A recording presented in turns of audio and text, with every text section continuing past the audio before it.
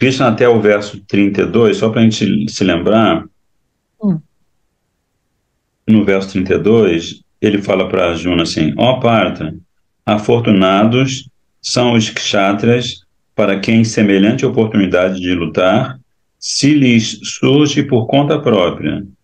É como se uma porta colossal se abrisse para lhes dar acesso aos planetas celestiais. Então, o Krishna está dizendo assim que, no mínimo, se você participa de uma guerra com as características da guerra de Kurukshetra e você morre como guerreiro na guerra, você, você no mínimo, você na próxima vida, você vai nascer com um corpo de Deva ou de Devi, de semideus, né? Ah, então, também vale a pena a gente trocar algumas ideias sobre o que seria, como seria essa guerra, da qual o próprio Krishna participa, como é que Krishna acaba participando de uma guerra, né? Então algumas observações, a gente também está lendo o Mahabharata, está conhecendo o conteúdo do Mahabharata, a gente descobre que as guerras, as chamadas guerras védicas, aconteciam em regiões específicas onde não havia risco de sacrifício humano. Só os guerreiros participavam, né? Então não havia risco De civis, né? de civis, crianças, idosos e mulheres. Não havia risco para esses quatro representantes da sociedade humana, né? Então, é, e a gente também sabe, já tendo lido alguns comentários dos nossos mestres, que essa guerra de Kurukshetra, que acontece no fim da era é, página 128, Katyayane. No finzinho de Dwapara Yuga, acontece essa guerra de Kurukshetra, né? É, e essa guerra, de várias maneiras, ela favorece toda a sociedade humana. Da mesma forma que antes de Krishna vir, em Dwapara Yuga, deixa eu ver se eu me lembro, Treta Yuga, se eu não me engano, ele se manifesta como um avatar que se chama Prito Maharaj.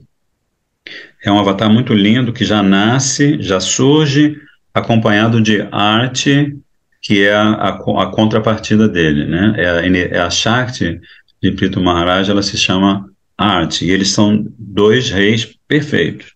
Assim como Ram e seus irmãos que moram em Ayodhya são reis perfeitos, no sentido de que eles promovem bem-estar verdadeiro para a população do reino deles. Então, Prithu Maharaj vem no momento em que Kali Maharaj, a representação da era de Kali, está fazendo estragos no planeta Terra, e aí ele surge. A história é muito longa, se eu contar aqui, a gente não sai daqui hoje, mas ele se manifesta com a esposa, Anti, e ele consegue reverter o quadro. Ele expulsa Kali Maharaj, né? E aí ele redimensiona o bem-estar do planeta Terra.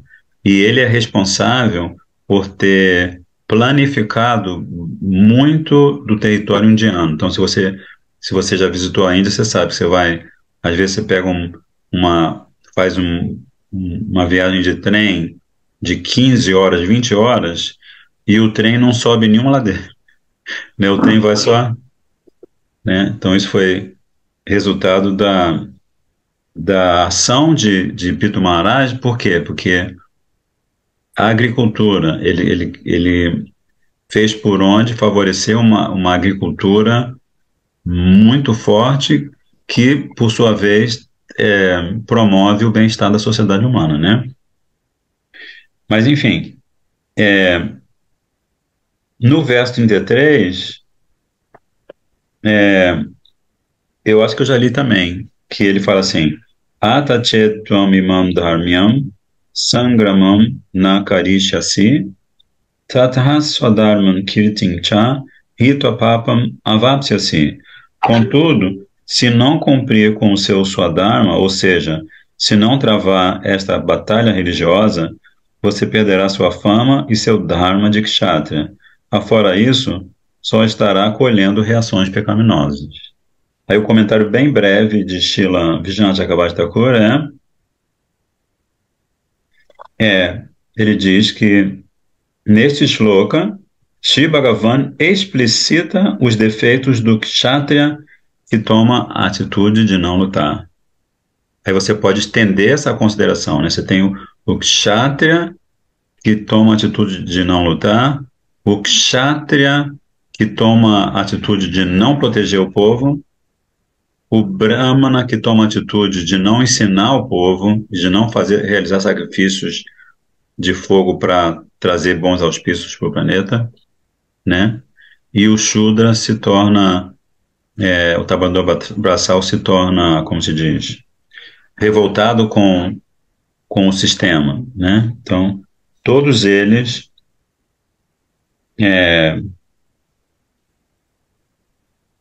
como o Cristo está dizendo, né? Todos eles, fazendo assim, colherão reações pecaminosas. Igora, Pranam.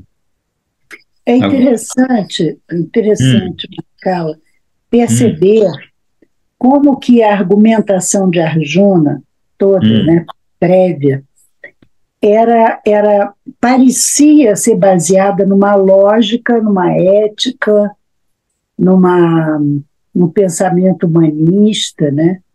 Uhum. Mas a gente vê como Krishna traz o outro lado do ponto de vista, né? É a antítese do que Arjuna reivindicava, né? Reclamava. Sim. Então, Krishna traz o outro lado da visão.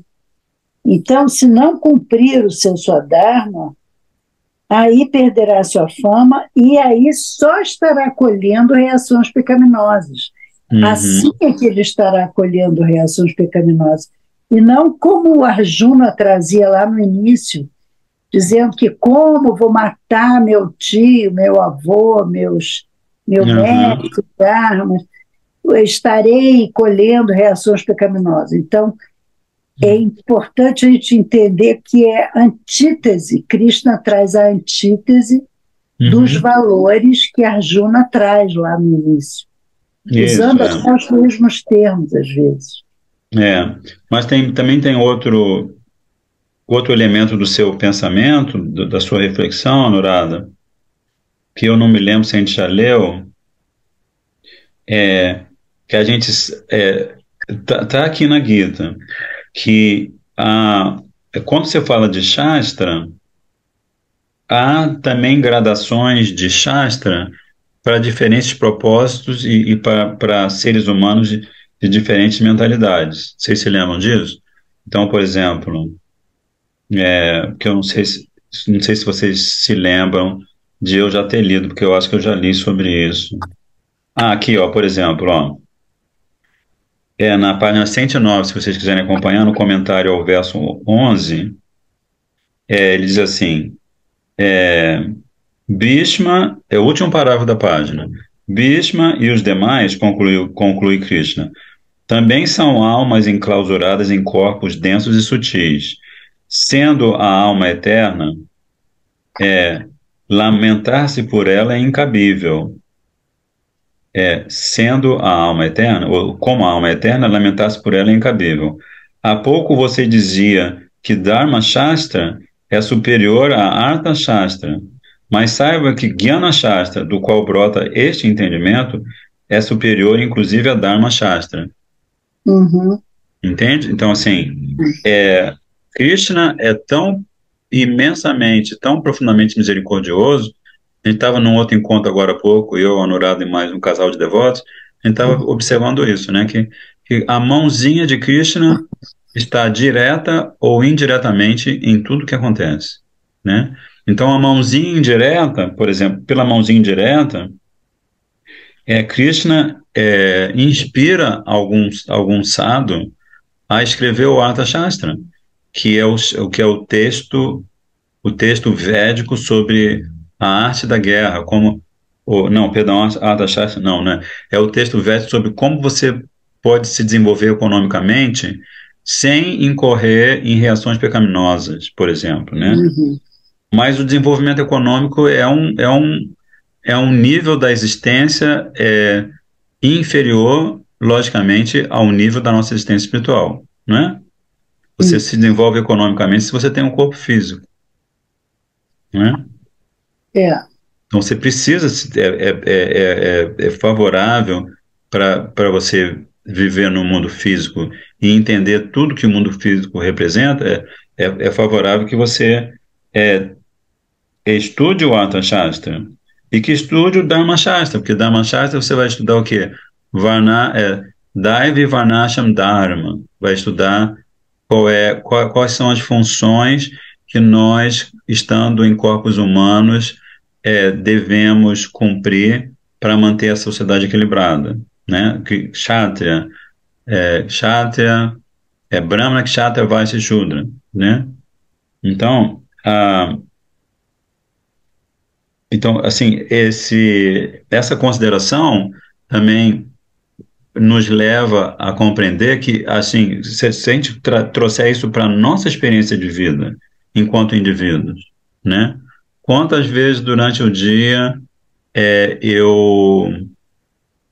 alguma coisa no meu plano intelectual, mental, emocional, me leva a pensar diferentemente do que o próprio Krishna me aconselha a pensar, né? Quantas vezes isso é pontuado no meu cotidiano, né? Quantas vezes eu, por exemplo, segundo capítulo, quantas vezes eu me identifico com a minha estrutura humana, menino, velho, né? Etc e tal, minha terra natal, meus filhos, meus netos, quantas vezes essa dimensão da minha existência dentro do mundo físico, quantas vezes essa dimensão toma conta da minha consciência, né? Então, por isso que a gente, tendo a oportunidade de estudar as palavras de Krishna para Arjuna, a gente vai ter a oportunidade também de ver como Krishna vai demonstrando as camadas, né? A camada social bacana, forma humana bacana, mas você mesmo está além dessa camada social, né? Uhum. Aí você entra no estudo que ele está fazendo, que ele tá encaminhando a Arjuna para entender uma coisa que a Arjuna sempre entendeu, mas que por intervenção de Yoga Maya Devi, a Arjuna está confuso, né? Mas então vamos lá. É o 33. Aí Krishna vai estar falando assim do que a Arjuna vai sofrer se ele não cumprir o seu Kshatriya Dharma, né? Então ele fala, o verso 34, Akitin chapi bhutani kata ishyanti tevyayam sambhavitasya chakirtir maranad atirityate. O povo jamais deixará de falar de sua infâmia. Na verdade, para alguém honrável, a desonra é mais dolorosa que a morte. Acho que a gente já leu, né? Depois, Bayadrana uparatam mamsyante tvam maharata yesham cha tvam bahumato bhutva yasyasi lagavan. Tem um pequeno comentário no verso anterior que diz que, nesse contexto, a palavra avyayam quer dizer indestrutível. E sambhavitasya refere-se a alguém deveras honrável ou uma pessoa famosa.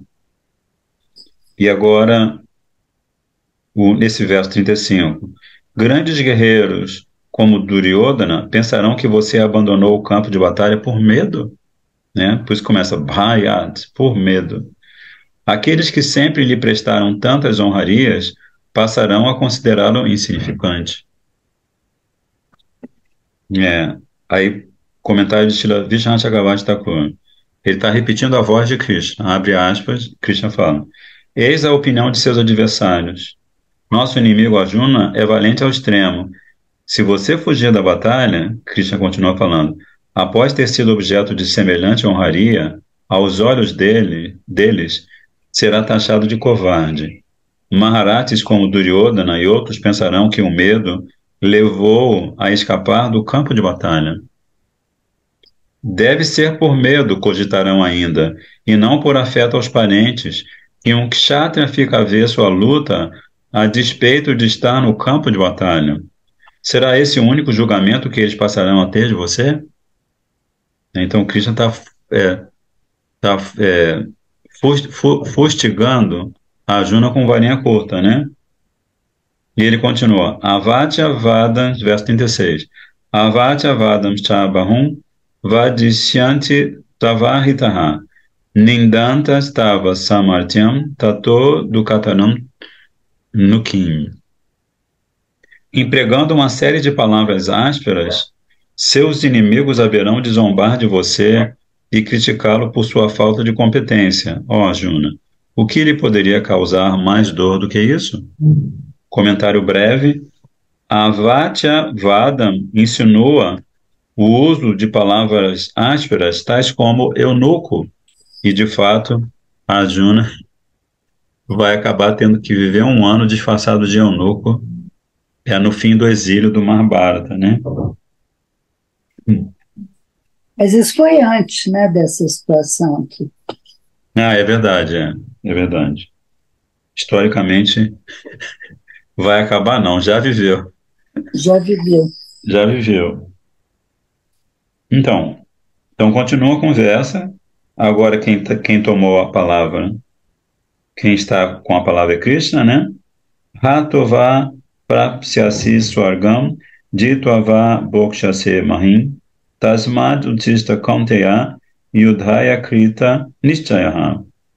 Ó filho de Kunti, caso seja morto em batalha, você atingirá Swarga, os planetas celestiais, e caso saia vitorioso, usufruirá deste reino terrestre.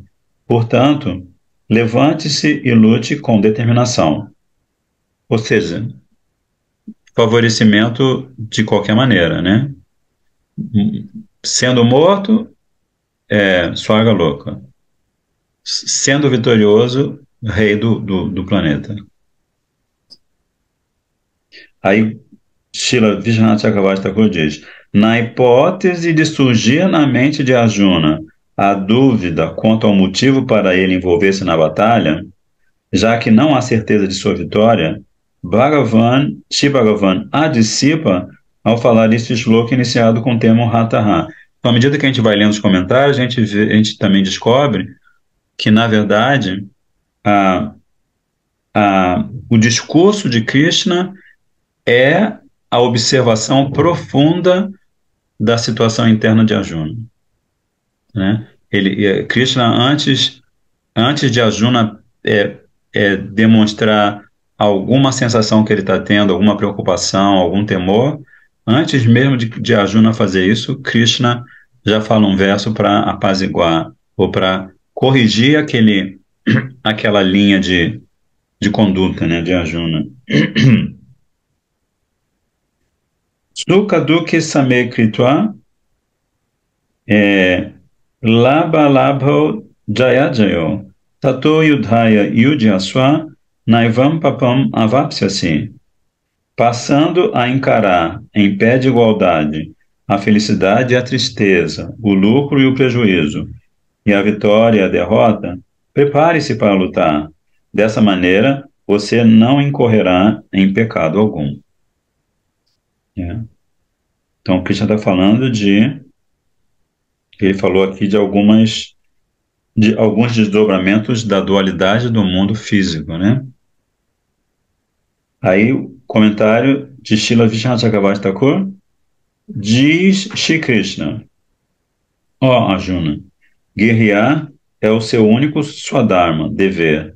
Se você tem dúvida quanto a isso e acha que lutando incorrerá em pecado, mesmo assim, deve aceitar minhas orientações e lutar. Se agir assim, não incorrerá em reações pecaminosas. Quer vitorioso, quer derrotado, você conquistará ou perderá o reino, em consequência do que experimentará felicidade ou aflição. Logo, ó Arjuna, ponderando com a sabedoria apropriada, lute, sabendo que ambos os resultados estão em pé de igualdade. Enquanto cultivar tal qualidade de equanimidade, você não incorrerá em pecado.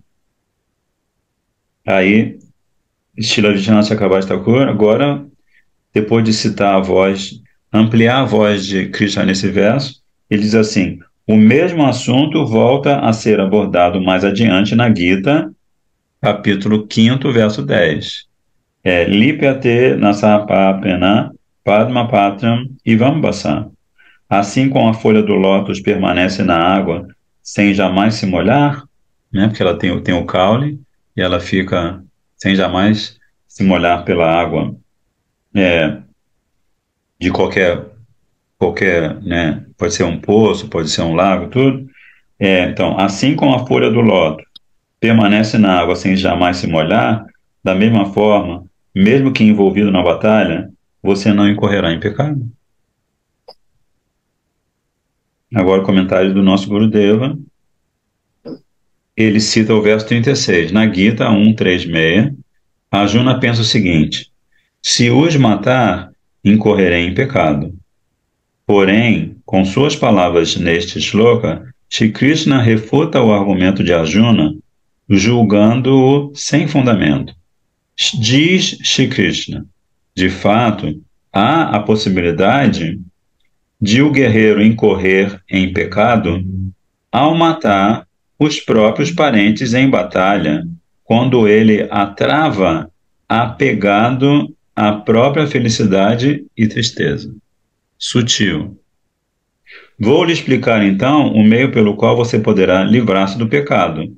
O pecado não o afetará se você cumprir seu dever de guerreiro conforme minhas orientações, considerando que felicidade, tristeza, lucro, prejuízo, vitória e derrota dão no mesmo.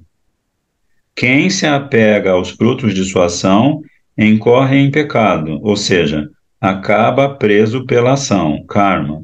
Portanto, sem dúvida, faz-se necessário renunciar ao apego ao karma.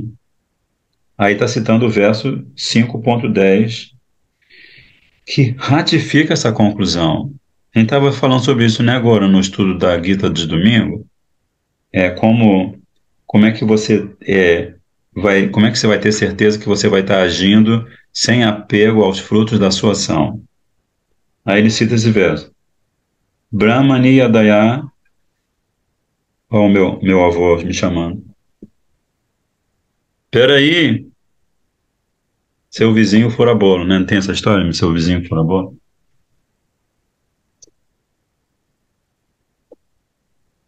Não, tô. Vai enrolar? Ah, mas quando eu depois.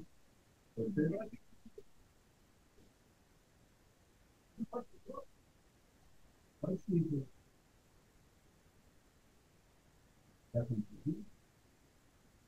Não, aí eu terminando aqui, eu termino.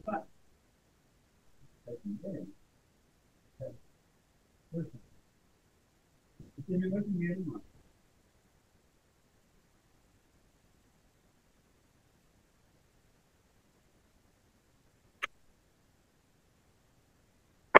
Desculpa aí. Vizinho, seu vizinho fura bolo. Então vamos lá.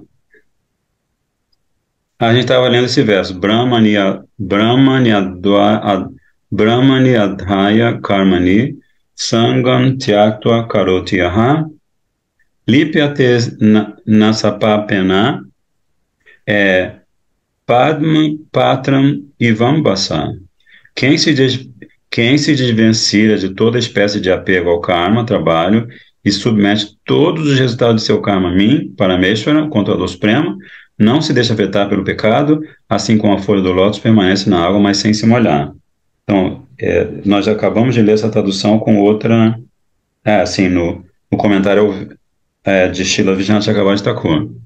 Então, Gorahari, comentários sobre esse verso, muito importante, né? Como se desvencilhar de toda espécie de apego ao trabalho. a produção, todos nós somos produtivos. Como é que a gente tem resultados? Tem, né? A gente tem salário, a gente tem alimento, tem Tem posses, benefício do produto, né? tem benefício do produto. Aí o que que ele está dizendo aqui? O que que Cristo está falando para João no quinto capítulo? Tem que ser como a folha do lótus, que permanece na água, mas não se molha. Então, Goro, vamos pedir o que a gente passou quase o encontro todo domingo falando sobre isso, né? Goro, você pode falar? Eu não sei se você está dirigindo, não sei se você já está em casa. Em casa. Então, Prabhu, eu não saberia assim, exatamente o que falar. Na verdade, eu tô viajando em outra situação enquanto eu escuto o senhor aqui. Eu não Ah, saberia sim. falar muito bem. Se o senhor puder me dar um empurrãozinho, o que que o senhor gostaria que eu tocasse, assim, que o senhor lembra? Aí eu Porque pego no tranco. é que eu estou me lembrando que para a gente compreender a realização de ação sem apego ao resultado da ação, que é fatal que toda ação tem um resultado, né? Por exemplo, se eu me levantar agora, o resultado é que eu estou em pé, né? Não tem como eu não conquistar um resultado pelo fato de eu usar a musculação do meu corpo e a minha própria vontade para me levantar. O resultado vai ser que eu vou estar em pé. Mas o grande segredo é como é que a gente vai viver a nossa vida humana e vai ter tudo que a vida humana oferece, Dharma, Artha, Kama e Moksha, né? São as metas da vida humana, Dharma, Artha, Kama e Moksha. A gente vai ter tudo isso, mas como é que a gente consegue fazer isso como se fosse a flor de lótus, que nunca se deixa poluir pela água do charco, por exemplo? Essa é.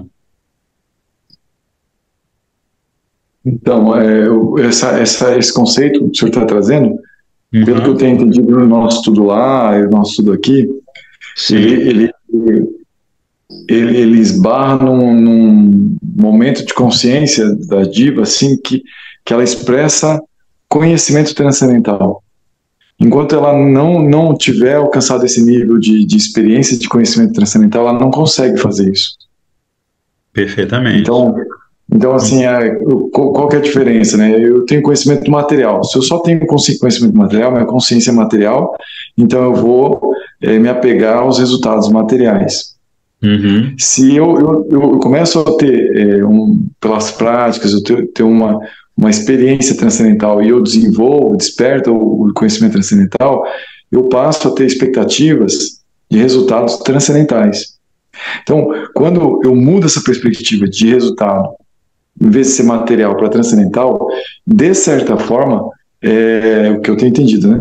uhum, Gera esse sintoma externo de desapego aos resultados. Mas não é que a pessoa desapegou aos resultados. Ela focou em resultados espirituais que não são mensuráveis, não são quantificáveis, não são palpáveis, assim, material, fisicamente falando, né? Então perfeitamente. Uhum. aí o transcendentalista ele está desapegado, né? Todo mundo fala, esse cara é desapegado dos resultados, mas na verdade ele está apegado a resultados transcendentais. Isso funciona especificamente para os personalistas. Os impersonalistas, Isso.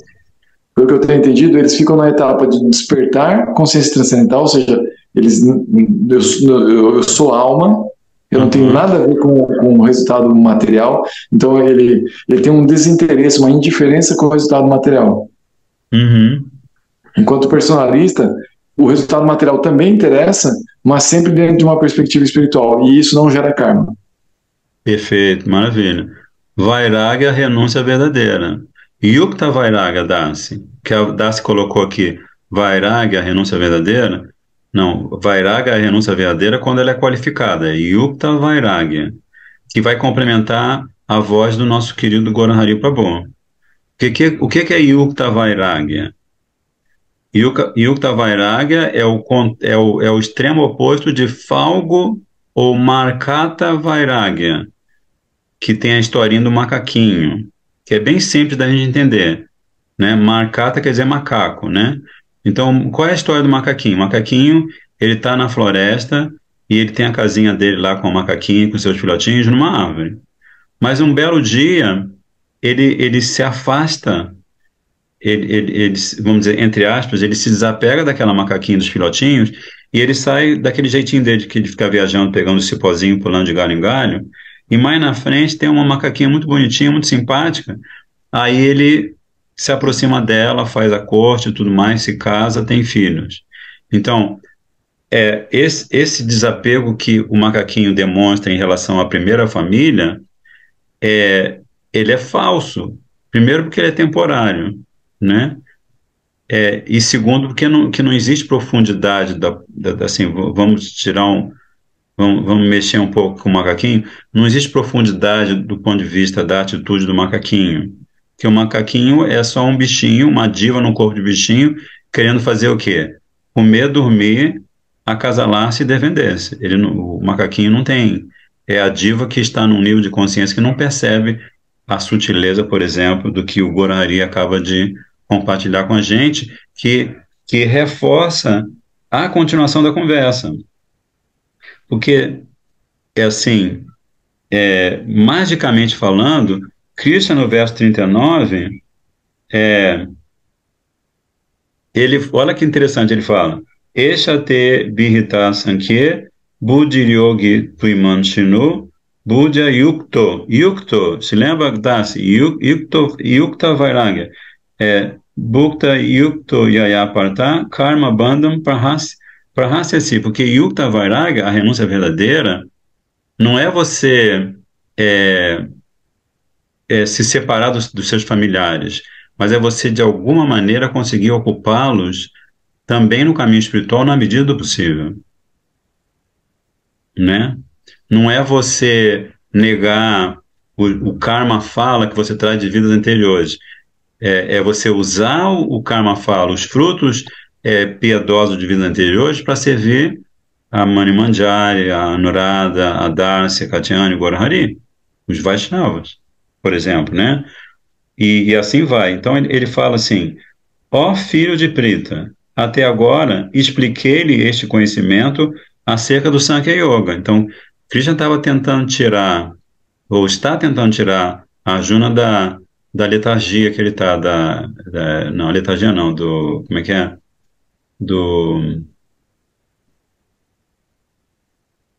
Como é que seria a palavra? Que a Arjuna tá vendo os parentes, os guerreiros, ele está transtornado, né, Anuradha? Qual é a palavra?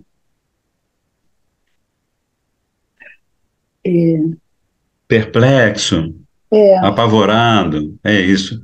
Perplexidade, apavoramento, né? Então, para amenizar o apavoramento de Arjuna, Krishna diz aqui, até agora expliquei esse conhecimento acerca do Sankhya Yoga, que é meio que a primeiro banho de Jnana, né? Sankhya Yoga assim, é a oportunidade que Krishna dá a Arjuna e a todos nós de perceber o que é real e o que é irreal, né? Se a gente não percebe o que é real, se a gente não sabe distinguir o que é real do que é irreal, a gente com certeza vai sofrer. Aí ele fala assim, doravante, porém, que nem baiano fala, né? Doravante, porém, passarei a ensinar-lhe o conhecimento relativo à ciência do Bhakti Yoga, mediante a qual você se libertará do cativeiro ao mundo material. Lembrem-se que o nosso Prabhu Gorhari estava falando de jnana, de conhecimento. Se você aciona o conhecimento transcendental, Bhakti Yoga, conhecimento transcendental, né? Porque assim, qual é a essência do conhecimento transcendental? A essência do conhecimento transcendental é o seguinte, você pega o seu celular e liga 999-9999 e você fala com Krishna. Krishna, tudo bem? Né? Essa que é a essência do conhecimento transcendental. Você se aproximar dele para servi-lo por amor, né? E se você serve a Krishna por amor, ele se dá a conhecer. Isso é verdade. Isso, na verdade, é Tata Jnana, conhecimento da verdade, né? Então, e isso se chama ciência do Bhakti Yoga, né? E aí, no comentário, o comentário aqui, os comentários são mais longuinhos, então vamos ver o que eles estão falando aqui. Srila Vishwanath Chakravarti Thakur. Nessa altura, Bhagavan Shri Krishna diz: até agora dei-lhe instruções a respeito de Jnana Yoga, a percepção espiritual por meio do conhecimento transcendental. Então ele está usando Jnana Yoga como sinônimo de Sankhya Yoga, né? Neste shloka, iniciado com a palavra Esha, não, acho que eu estou errado nessa... Peraí. Gora, estou errado? Peraí, deixa eu ver aqui. Tá certo. É isso mesmo, né? Então tá. Então ele diz aqui, neste shloka iniciado com a palavra Esha, Krishna falando, né? Dou por encerradas as minhas lições sobre Jnana Yoga. Aquilo que ilumina adequadamente a natureza de um objeto chama-se Sankhya, conhecimento pleno, né? Porque a palavra Sankhya vem de contar, né? Contar, enumerar, por exemplo. Aí você olha para a árvore, aí você vai fazer Sankhya da árvore. Tronco, raiz, tronco, seiva, galho, folha, flor, fruta, né? Altura, região onde nasce, dá frutos ou não dá frutos, né? Então você tá destrinchando a existência daquele ser vivo que se chama árvore, né? Então aquilo que ilumina adequadamente a natureza de um objeto chama-se Sankhya, conhecimento pleno. O vocábulo Esha, neste contexto, Esha te Bhirita Sankhya, elucida a espécie de inteligência com a qual você deve agir. Então, toda vez que você fala de inteligência, você pode se lembrar de outra expressão que também Krishna usa na Gita, que é Buddhi Yoga. Você se aproxima de Krishna Yoga usando a inteligência. Então, o que a percepção intelectual favorece? Favorece assim, presta atenção, você vê que todo mundo morreu, não sobrou ninguém. Você é o único sobrevivente. Então, se você tem a ilusão que você vai continuar vivendo nesse corpo para sempre, então você não está usando o Buddhi, você não está usando a inteligência. Você está permitindo que a sua mente continue a controlar os seus sentidos para você buscar o prazer da dualidade, né? Calor e frio, salgado e doce, etc, etc. Então, o Krishna está falando, está sendo, logicamente, Krishna na posição de Adi Guru, mestre espiritual original, ele continua dizendo aqui, eu vou repetir essa frase que é muito importante, né? O vocábulo Esha, neste contexto, elucida a espécie de inteligência com a qual você deve agir. Ouça agora a respeito da inteligência necessária para você agir no âmbito de Bhakti Yoga, né? Então sai de Jnana Yoga, sai de Sankhya Yoga, e agora Krishna está falando assim, se Krishna está falando do âmbito de Bhakti Yoga nesse contexto, ele está demonstrando que agora ele vai ajudar a Arjuna a mergulhar mais ainda na realidade espiritual. Segundo assegura a afirmação de Shri Krishna, na qual ele usa o termo Yaya, tudo dentro desse verso aqui, ó. Esha te Bhirita Sankhya Buddhi Yogi Tuimam Shinu Buddhi Ayukto Yaya, que na tradução se traduz como, cadê Yaya? Yaya no Rio de Janeiro é personagem de samba canção. Yaya. Peraí, cadê Yaya, meu Deus? Pelo qual, Yaya pelo qual. Yaya pelo qual, obrigado. Então tá. Aí ele então está dizendo aqui, segundo assegura a afirmação de Shri Krishna, na qual ele usa o termo Yaya, quando alguém estiver imbuído da inteligência relacionada a Bhakti, haverá de livrar-se do cativeiro a esse mundo material. Então, como funciona a inteligência relacionada a Bhakti? Né? Para essa pessoa ter essa glória de se libertar do cativeiro à matéria? Né? A inteligência é essa. Presta atenção, existe existe a dimensão da eternidade, existe a dimensão Satchidananda, existe a dimensão da eternidade, existe a dimensão do prazer interminável, e existe a dimensão do seu swarupa, da sua forma espiritual pura, com a qual você pode nadar no oceano da eternidade e da sua própria existência e da sua própria percepção de tudo, né? Sat e Chit. E agora vamos ver o comentário do nosso Gurudeva Srila Bhaktivedanta Narayana Goswami Maharaj. Neste ponto, Shri Krishna conclui sua exposição a respeito de Sankhya Yoga, e Yoga pelo princípio da análise. É coisa que pai e mãe faz com criancinha pequena, né? Não deixa de ser um retrato de Sankhya Yoga. Filho, ó, você quer brincar com o carrinho? Então você não pode subir em cima do carrinho que você vai amassar o carrinho. O carrinho não aguenta seu peso, né? Então, pai ou a mãe carinhosamente mostrando pro filhinho ou para a filhinha para brincar com a bonequinha, brincar com o carrinho, há algumas observações a se fazer, né? Então, Krishna está deixando para trás o assunto Sankhya Yoga para dar início às suas instruções sobre Buddhi Yoga. Estamos no 2º capítulo, que resume maravilhosamente todo o conteúdo da Gita, ou Bhakti Yoga, entre parênteses, percepção espiritual por intermédio da devoção amorosa. Srila Chakravarti Thakur define Sankhya Yoga assim, como segue: Samyakyayate prakasyate vastu tattvam aneleti Sankyam Samyagyanam. Chama-se Sankhya Yoga aquilo que ilumina o tattva, natureza, de um objeto da forma correta. O Sankhya Yoga apresenta conhecimento pleno a respeito do Atma, ou seja, a alma, e do Anatma, ou seja, a matéria inerte. Do Shloka Natoevaham, capítulo 2, que nós já lemos, verso 12, ao Dehi Nityam, que é o verso 30 do mesmo capítulo 2, explicam-se diversas facetas do Atma Tattva, a ciência da alma.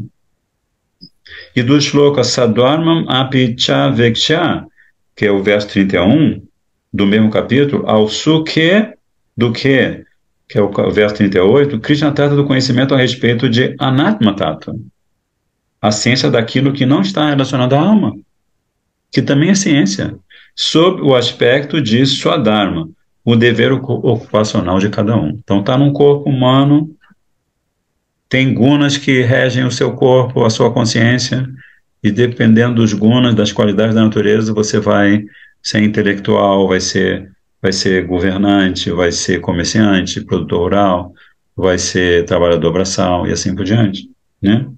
Quem pratica Nishkama Karma, ou atividades altruístas, fixando a inteligência em tudo quanto seja relativo a Bhakti, livra-se do cativeiro ao karma. Em outras palavras, seu cativeiro ao mundo material ilusório é destruído. Constata-se essa mesma conclusão na Shri Ishupanishad, primeiro versinho. Tem introdução: Om Purnam Ada Purnam Idam Purnam Purnam Eva Shishyate. Esqueci o resto do shloka. Mas enfim, mas o primeiro verso é Ishavasyam idam sarvam yat kincha jagatyam jagat tena tyaktena bhumjita magrida kasya swidhanam. Esse Shri Upanishad, vocês podem comprar uma versão, ou pode comprar na BBT, a editora maravilhosa de Srila Bhaktivedanta Swami Prabhupada, esse livro Shri Upanishad, com os comentários aos versos dessa Upanishad tão importante, né? Aí, então, a tradução desse verso é: tudo que é móvel e imóvel no universo inteiro é permeado e desfrutado por Parameshvara, o Controlador Supremo. Então, tá parado, tá andando, é objeto da presença de Krishna como Paramatma e também da presença de Krishna como o desfrutador do Ishavasyam Midam Sarvam. Gorahari é bom de botar os versinhos ali. Então, todos os objetos móveis e imóveis deste mundo destinam-se apenas ao prazer de Parameshvara, o desfrutador exclusivo de tudo. As divas são servas de Bhagavan, logo, devem ocupar-se a serviço de Bhagavan, usando este universo como instrumento. Olha que fofinho. Hein, Katyani? Pensa, você está morando no Rio e, de repente, Krishna está dizendo para você aqui, seu Gurudev está dizendo para você, seu Param Gurudev está dizendo para você, você pode usar o universo inteiro como seu instrumento. Você pratica serviço a Guru e Krishna e você usa o universo inteiro como instrumento desse serviço. E assim, você deve subsistir aceitando os remanentes de Krishna. Todos aqui presentes usufruem de deliciosa Mahaprasada, não é? Deliciosa Mahaprasada. O dever supremo das divas está em prestar serviço amoroso a Shri Bhagavan, utilizando sua propriedade, ou seja, de Bhagavan, mas sem desejar fazer dela um objeto de seu próprio prazer. Assim, as divas não ficam cativas de suas ações. Shri Upanishad. Então, quando você está na companhia de um Shuddha Vaishnava, por exemplo, uma historinha bonitinha, Srila Prabhupada, caminhando de manhã com seus discípulos, cantando japa, mala, cantando japa, e de repente ele olha assim, um parque lindo, ele olha uma torneirinha à distância, e ele vê a torneirinha pingando, assim. Sabe quando fica a torneira que está com aquela coisinha dentro já gasta, né? Ele vê a torneirinha pingando, aí ele se afasta do grupo de discípulos, ele chega lá e fala assim, na cozinha da torneira, assim, tchuk, tchuk, tchuk. Aí ele olha, aí a torneira para de pingar. Aí os discípulos ficam se entreolhando assim, os discípulos ficam se entreolhando e perguntam, Prabhupada, o que houve? Aí Prabhupada falou, desperdício da energia de Krishna, você vai deixar? Terra, fogo, água, ar, éter, mente, inteligência e ego. Então Prabhupada com uma ação tão assim, sublime, né? Tão assim, singela, vai até a torneirinha, fecha a torneirinha. Ele podia falar para os discípulos mais jovens, que não andam com bengalinha, que não tem mais de 70 anos, para fazer aquilo. Mas ele, assim, naturalmente, por ele ser Krishna Bhakta, Gora Bhakta, né? Ele vai e fecha a torneira, porque é como está dito aqui, né? O dever supremo das divas está em prestar serviço amoroso a Bhagavan. Um movimento de amor que ele demonstra para os discípulos, né, em relação a Krishna, utilizando sua propriedade. A água é propriedade de Krishna. O fogo é propriedade de Krishna. O nosso corpo, que é uma mistura de todos esses elementos, é propriedade de Krishna, né? Então, não precisamos aí a Caixa Econômica para pedir empréstimo. Krishna nos emprestou por compaixão. E ninguém chegou a Krishna, eu queria um empréstimo de 10 corpos humanos para as próximas 10 vidas. Não. Krishna automaticamente, pela ação que você realiza, ele, muito misericordiosamente, ele lhe permite realizar, satisfazer o desejo de realizar aquela ação, te dando um corpo conveniente, né?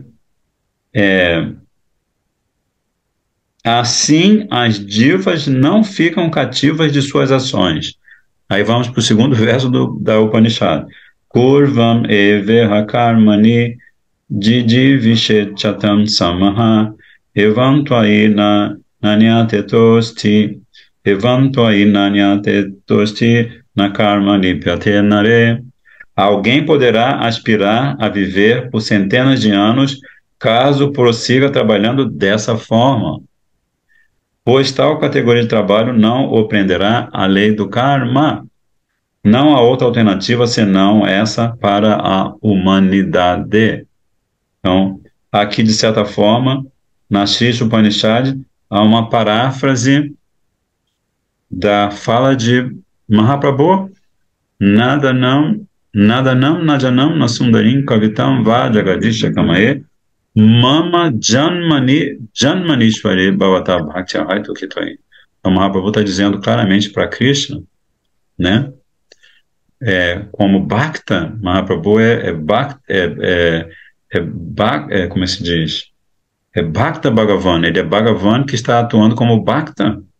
Ele está dizendo para Krishna que ele não está dizendo, Krishna, permita que eu não volte a nascer como ser humano ou como qualquer outra espécie de vida no mundo material, o que representa muito sofrimento. Então ele fala assim, permita-me voltar a nascer.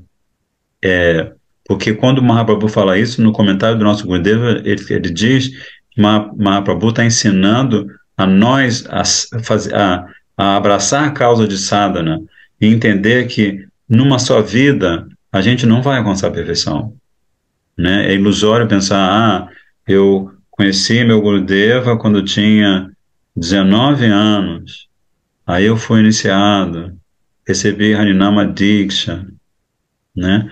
Aí eu estou cantando japa não sei quanto tempo, então agora que eu estou cantando japa em não sei quanto tempo, Guru e Krishna tem que me dar o resultado, o fruto de Bhakti. Não é assim, né? Por isso que esse verso aqui está dizendo, alguém poderá aspirar a viver por centenas de anos caso siga trabalhando dessa forma.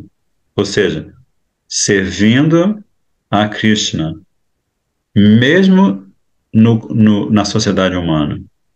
Como é que você serve a Krishna na sociedade humana? Daiva Varnasham Dharma, né? Que Krishna já vai explorar no 4º capítulo, né, agora? Varnasham Dharma. Ele vai tratar de Varnasham Dharma no 4º capítulo.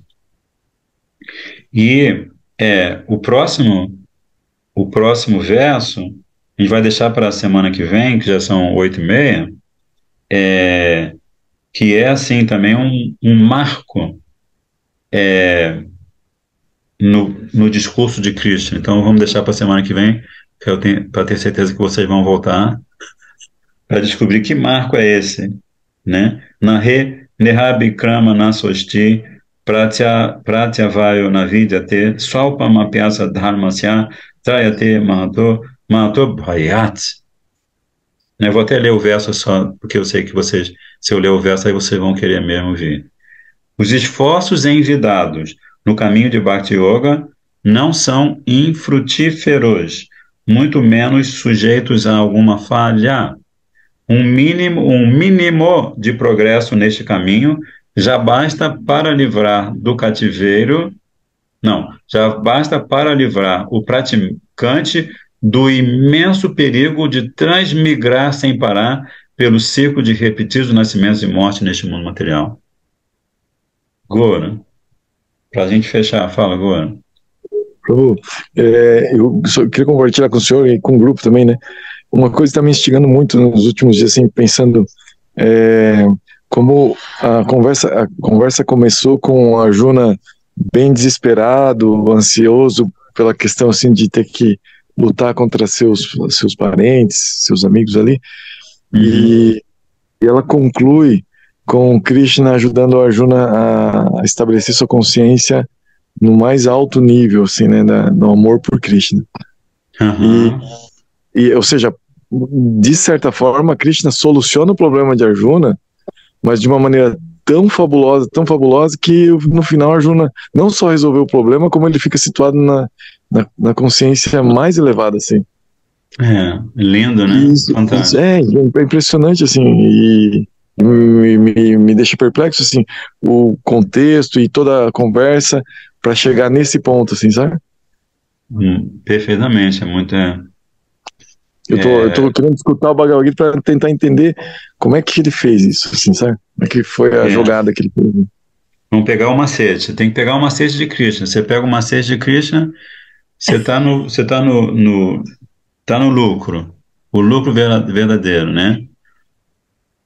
Porque Krishna como se diz, ele é onipresente, né? Então, por ele ser onipresente, ele, ele é capaz de, como se diz, atender à necessidade de cada diva segundo o desejo de cada diva, né? Olha, imagina que loucura isso, né? Considerando que são uma quantidade absurda de divas em todos os universos do Mahatata, do mundo material, né? Então é só cantando Hare Krishna mesmo. Por isso que eu vou pedir para encerrar, convidar, Goro, você quer cantar hoje? Tem um pão que você não canta. Tá bom, Prabhu, obrigado. Jai Sri Krishna Chaitanya Prabhu Nityananda Sri Advaita Gadadara Sri Vasani Goura Bhaktavrinda Jai Sri Krishna Chaitanya Prabhu Nityananda Sri Advaita Gadadara Sri Vasani Goura Bhaktavrinda Hare Krishna, Krishna Krishna, Hare Hare, Hare Rama, Hare Rama, Rama Rama, Hare Hare, Hare Krishna, Krishna Krishna, Hare Hare, Hare Rama, Hare Rama, Rama Rama, Hare Hare, Hare Krishna, Krishna Krishna, Hare Hare, Hare Rama, Rama Rama, Hare Hare, Hare Krishna, Krishna Krishna, Hare Hare, Hare Rama, Rama Rama, Hare Hare. Hare Krishna, Krishna Krishna, Hare Hare, Hare Rama, Rama Hare Hare. Hare Krishna, Krishna Krishna, Hare Hare, Hare Rama, Rama Hare Hare. Guru Premanandi. Haribo. Haribo, Nitai Gaur Premanandi, Hare Ki Jai. Adorei esse Haribo, Hare Krishna. Hare o Krishna ritmo Dai. sertanejo do Hare Krishna. Lindo, lindo, lindo. Ei, Katyayani, obrigado por comparecer, Radhe Radhe. Obrigado, Gora, pela oportunidade, Anuradha, todo mundo, Radhe Radhe. Obrigado, Prabhu, Hare Radhe. Prabhu. Bom soninho para vocês. Para todos. Obrigado, Haribo. Haribo.